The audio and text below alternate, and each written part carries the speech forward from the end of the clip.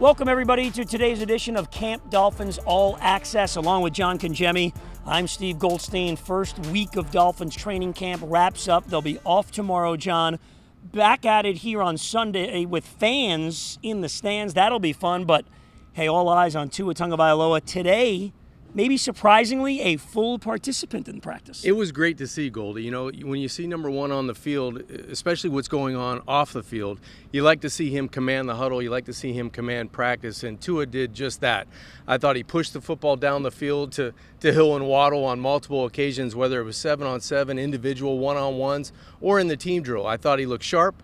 I thought he looked just how you would expect him to look coming off a huge season last year. So hopefully all the chatter off the field gets done rather soon and we can put that behind us. But regardless, I thought he gave his best effort again today. He did on day one, he missed day two, came back on day three and had an excellent performance during all the workouts. Do you feel like everybody is pretty much handling this as well as you possibly can in a situation where you have a franchise quarterback? And there's really been no controversy about this, John. Chris Greer and the Dolphins have stated for 6 months now, he's the guy, he's the leader.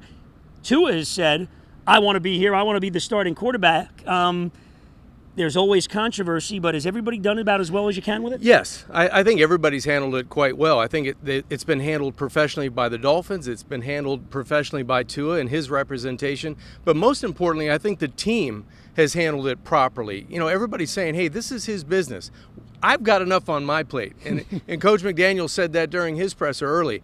You know, everybody's got enough to do. They don't have to worry about anybody else. And I think everybody's staying in their lane on this one, which rightfully everyone should. 100%. Mike McDaniel's doing the best he can to stay in his lane. Now, we see this new look Dolphins defense, a new coordinator in Anthony Weaver. So many new players on this D. Let's start at linebacker because they've had the best player in practice every day. A linebacker's had the orange jersey every day. Today was Anthony Walker. What are you seeing from that group here very early on? Exotic looks, speed. I think that's the first thing that jumps out to you, whether it's Walker or Brooks or some of the other guys that have filled in those positions with David Long off the field right now. I think those two guys give you leadership, those two guys give you experience, but most importantly, they are around the football, and that's good to see. Now, naturally, no pads, so it's a little bit different than maybe on a Sunday afternoon at 1 o'clock, but the thing that jumps out on to me is the speed in coverage, the speed around the line of scrimmage, and the different looks that speed and guys playing different positions. You know, a linebacker not necessarily lining up where you would think, moving around, blitzing, getting a little bit of jump on the snap count. Those guys kind of lean on their experience to do that. And I think that Weaver does a great job of getting guys in the right position. Now, it's only 3 days in, but you see a difference in this defense in terms of where guys are lining up.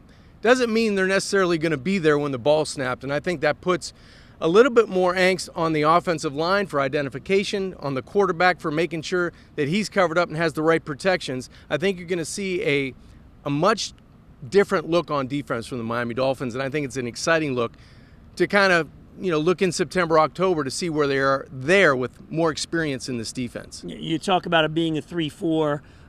What does that do, though, for the cornerbacks in particular when that front seven is, as you say, disguising things and trying to keep the offense off balance? Well, I think it gives the defense a little bit of luxury to say, like, I want to depend on my guy being in the right spot.